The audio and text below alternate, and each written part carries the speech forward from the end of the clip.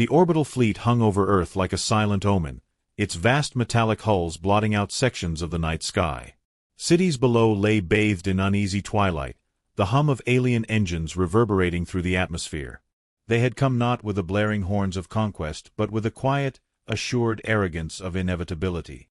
Captain Elias "Ghost" Vance watched from a vantage point deep in the Appalachian wilderness, his eye pressed against the scope of a rifle deemed obsolete by the very invaders who now encroached upon his world. Their disdain for kinetic weaponry was well documented, outdated relics of primitive warfare, they had called them. An opinion that, until now, had gone unchallenged. Vance steadied his breath, adjusting the rifle's custom-built suppressor. He had no interest in proving them wrong with words. Through the scope, he tracked a procession of alien officers emerging from a shimmering transport. Their armor gleamed under artificial light, exuding the kind of superiority that came from never having to consider failure. The Galactic Union, as they called themselves, had swept through countless star systems, enforcing their dominion with efficient brutality. Earth had been marked as an inevitable acquisition, its inhabitants unworthy of either fear or negotiation. A voice crackled softly in his earpiece. Target confirmed. High value. Orders. Vance didn't respond immediately. He traced his reticle over the lead officer, an imposing figure with deep violet skin and elongated features. The commander gestured lazily as he spoke, his movements dismissive. His words, though inaudible from this distance, carried the same contempt the Union's broadcast had dripped with. Earth's military infrastructure had been shattered in the first days of the invasion. Energy-based weaponry had torn through defenses like paper, and what few countermeasures humanity had deployed were swiftly neutralized. The Union had expected immediate surrender. When none came, they barely seemed to care. Vance had heard the transmissions. The laughter. Primitive. Ineffectual. Irrelevant. And yet, the Galactic Union's mistake was the oldest one in warfare.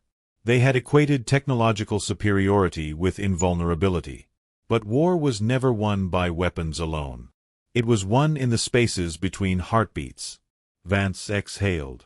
The shot was clean, no wind, no obstacles, a perfect line. His gloved finger hovered over the trigger. Then, movement. To the left of the commander, a soldier adjusted a scanning device, sweeping the terrain. Vance recognized the model immediately, an energy field disturbance detector. Not a threat to his bullets, but a potential complication if they managed to triangulate his position.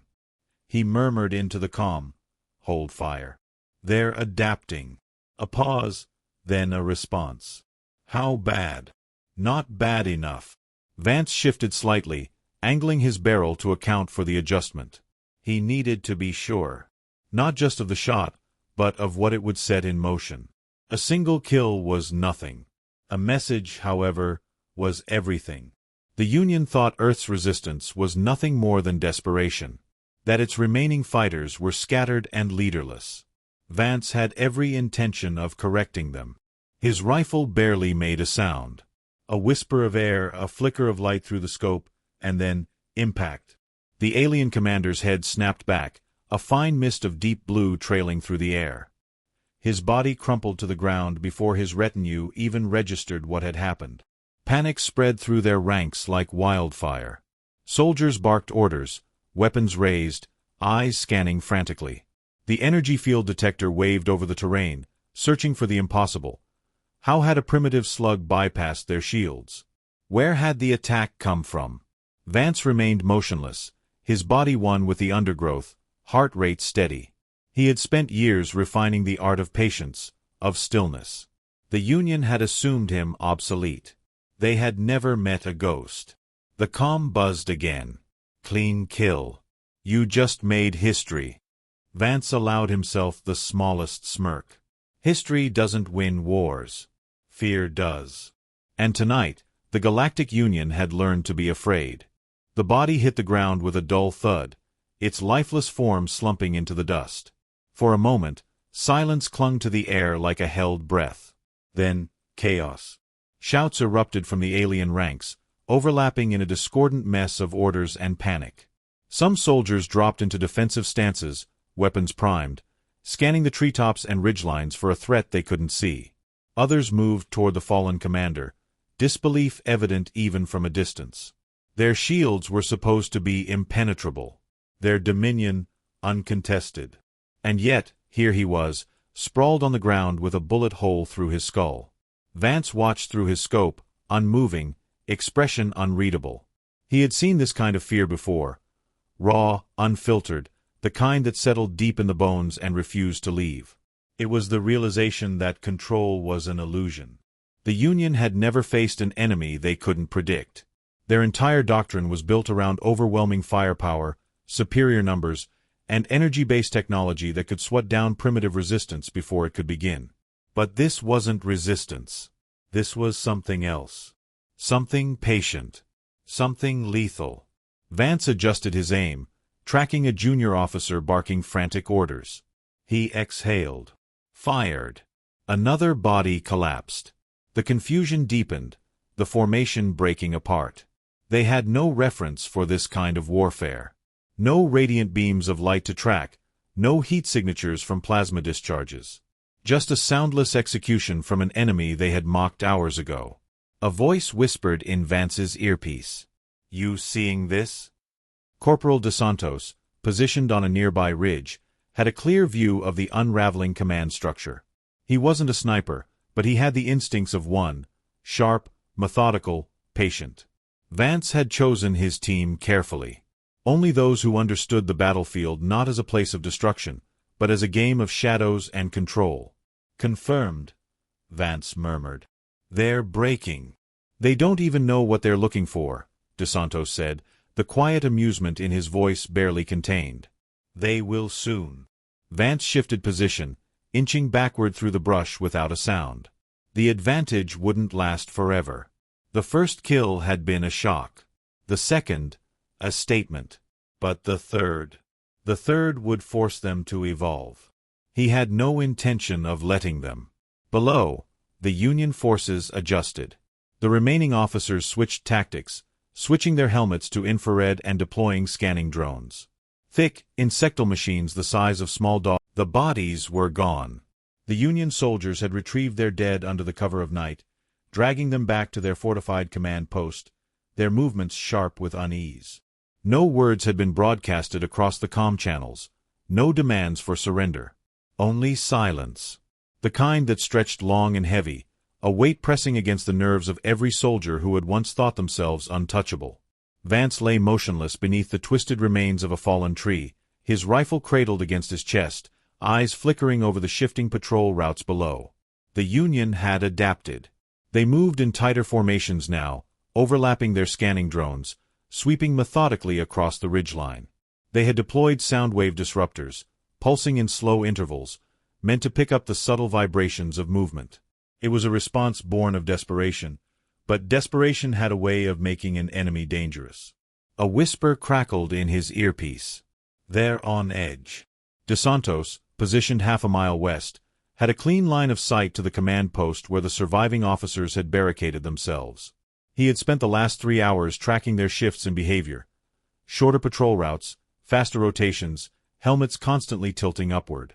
"Searching. They should be," Vance muttered. He exhaled slowly, adjusting his grip on the rifle. "They think if they tighten their perimeter, they can choke us out." De Santos scoffed. "Let them try."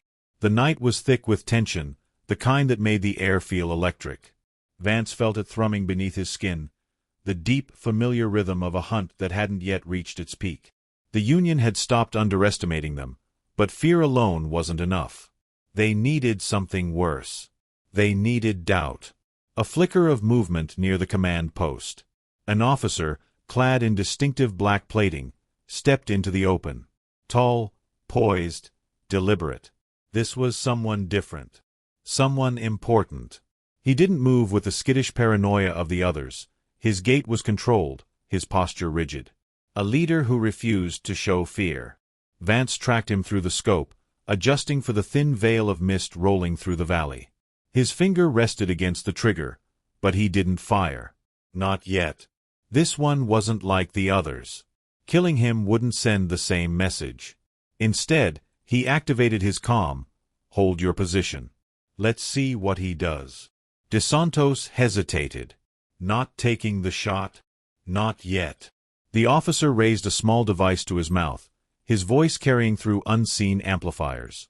The words that followed were measured, controlled. We acknowledge your skill. A pause. We acknowledge our miscalculation. Vance narrowed his eyes. This wasn't the bluster of a cornered enemy. This was something else. The officer continued. You have proven yourselves unconventional. A species that fights without honor, without formality. His gaze swept the tree line, as if searching for a face he knew he wouldn't find. But you will not win. Vance remained silent. His breathing was steady, slow. You are not the first to resist, the officer said. His voice edged with some. The forest was silent. Not the natural stillness of the wilderness, but an unnatural, weighted quiet. The kind that came before the first crack of thunder in a storm. The Union had stopped broadcasting their signals. No patrols ventured beyond the perimeter. The air was thick with waiting. Vance lay in the underbrush, his rifle steady against his shoulder, scanning the ridgeline where the command post sat nestled among reinforced barricades. They had pulled back entirely now, retreating behind energy shields that shimmered faintly in the darkness. A change in tactics. The officer's speech had been a warning, but more than that, it had been a test. A way to measure what kind of enemy they faced. They were learning. His earpiece crackled. Something's coming, DeSantos muttered. Vance had already seen it. A ripple in the air, subtle but deliberate. The shimmer of light bending unnaturally, just beyond the tree line. The Union had deployed something new. Cloaked units. Vance breathed slowly, adjusting his aim. He had expected this. Their technology might not have accounted for projectiles, but it had ways of adapting. A direct assault hadn't worked. So now they would try the shadows. A flicker of movement. A slight displacement of mist where there should have been nothing. He fired. A sharp, distorted screech tore through the air as the bullet found its mark. A shape rippled into existence, a humanoid form in sleek black armor, collapsing mid-step. For a brief moment, its flickering camouflage fought to hold, as if refusing to accept defeat. Then it failed entirely, revealing a soldier with vacant, glassy eyes and a neat hole through the side of its helmet. The Union still didn't understand. Their invisibility wasn't perfect. Their approach, still predictable. They were treating this as a game of advantages, countering technology with superior tech.